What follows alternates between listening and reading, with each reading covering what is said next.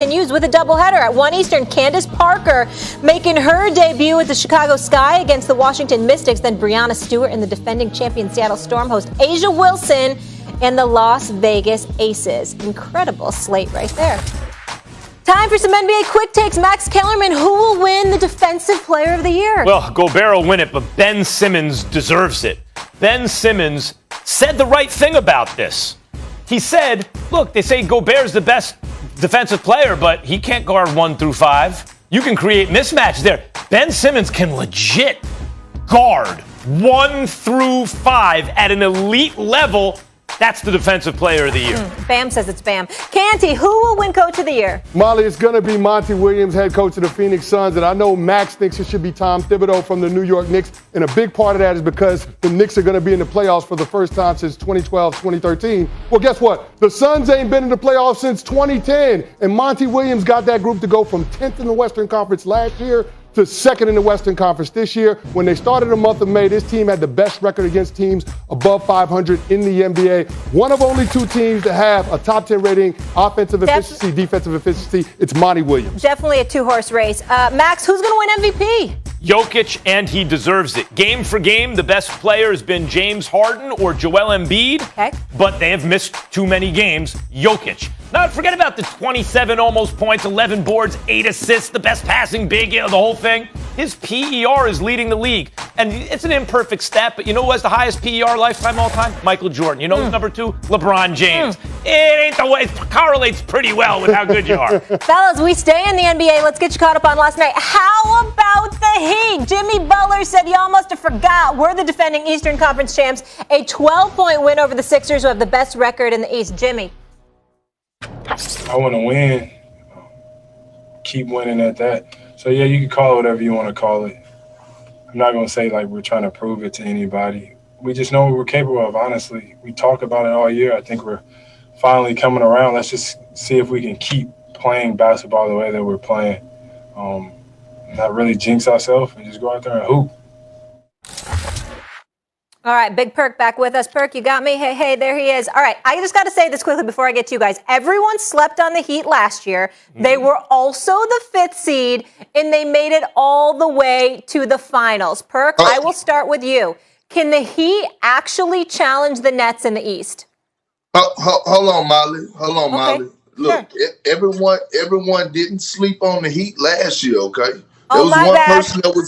There was one person sitting up here talking about the Heat, and I'm about to talk about them right now. Okay, Them goons from Dade County, they're putting their ski masks on at the right time. It's summertime, it's hot out. You know the goons are lurking. And look, when you watch this Miami Heat team, they play inspiring, winning basketball on both ends of the floor. Offensively, you're running your offense through Bam, where he's dribble handoff and guys are cutting back door. Jimmy Buckets going on the block, taking guys off the dribble, 1-2 dribble pull-ups, making plays for others. They have shooting and Duncan Robinson and Tyler Hero, Trevor Ariza, Wisely Bet on both ends of the floor. And defensively, they locked in. They are on your heels like a pair of socks defensively. Bam, one of the best defender bigs in the league, right after Anthony Davis. A guy that can switch 1 through 5, a guy that can anchor the defense, great weak side shot blocker, helping the helper, things to that nature. But most importantly, they have one of the best coaches in the game today, a top 5 coach ever in the history of the NBA, Eric Spoelstra. He throws things out there at you that just confuses you. I'm watching the game last night. I didn't know if he was in a 2-1-2, a 3-2, whatever it was. It had the 76ers and Joel Embiid discombobulated. So not only should the Nets be worried about the Heat, but the whole Eastern Conference should be worried about them goons from Dade County. Well, it's a righteous position to take to support the Heat there.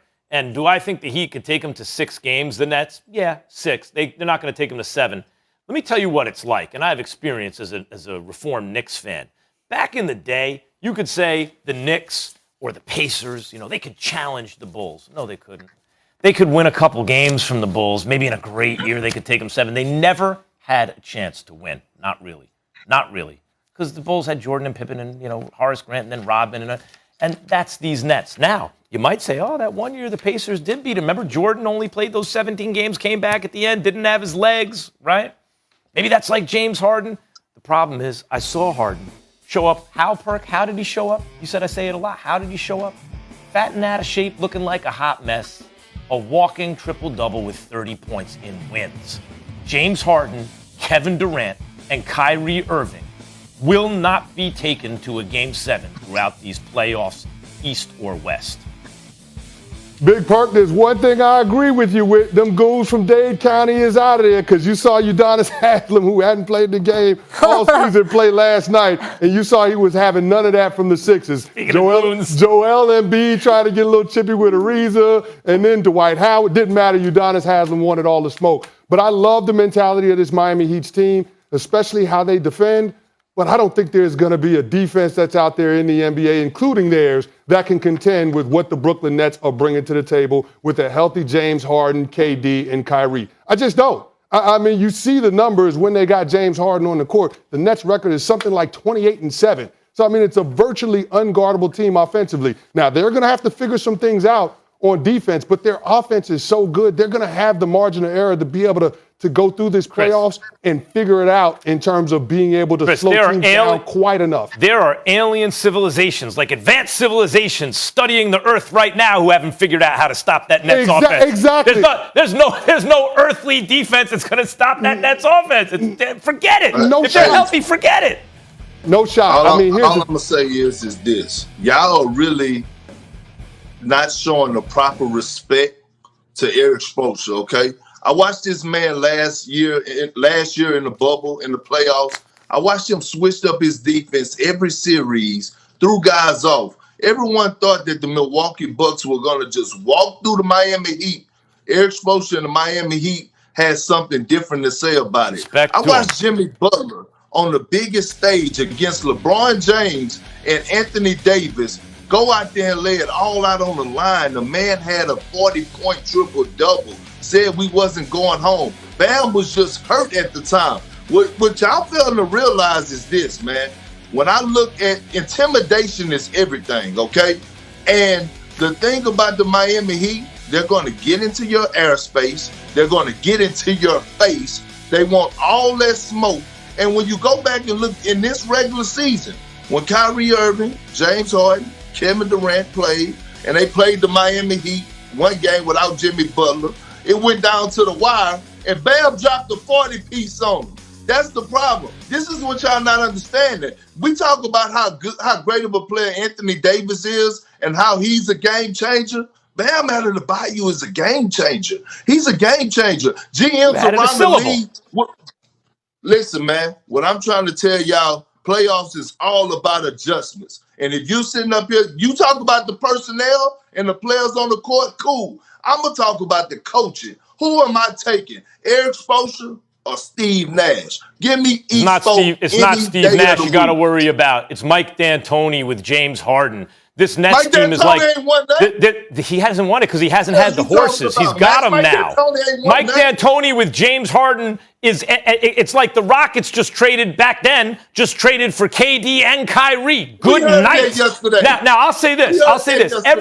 Everything you said about the Heat is true. Like if by challenge you mean after the series, they're going to know they were in a series. Yes, the Heat will leave a piece of themselves with the Nets. There'll be a couple of games maybe you go, well, if only this would have happened that way, if only that would have happened this way. They could. No, but that's an illusion is what I'm saying. When you got as much talent as the Nets have, you always win. Hey, Big Perk, we really got to go. I need a yes or no question here so producers don't kill me. Who is the biggest threat to the Nets in the East? Is it the Heat? The Heat are my dark horse, Molly, okay, contender. That's I'm going to leave it at that. The Heat are the dark horse in the Eastern Conference. So that's a yes. All right, Perk will be back with us. When we come back here on First Take, whose career will last longer, Brady as a player or Belichick as